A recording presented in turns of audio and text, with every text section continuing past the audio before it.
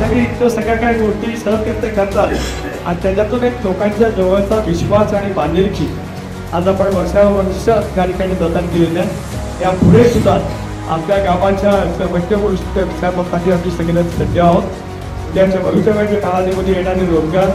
त्या रोजगारामध्ये लागणारं शिक्षण, तंत्रज्ञान, शिक्षण, कामगार, प्रशिक्षण, वेगवेगळे व्यवसाय याची पायाभरणी आपण आता स्वीकार असल्यामुळे उद्याच्या 2-4 वर्षांचा आपलं भवितव्य अधिक व्यापक पद्धतीने करण्याची मानसिकता घेऊन 18 लोकसभेमध्ये मला जाण्याची संधी मिळाली.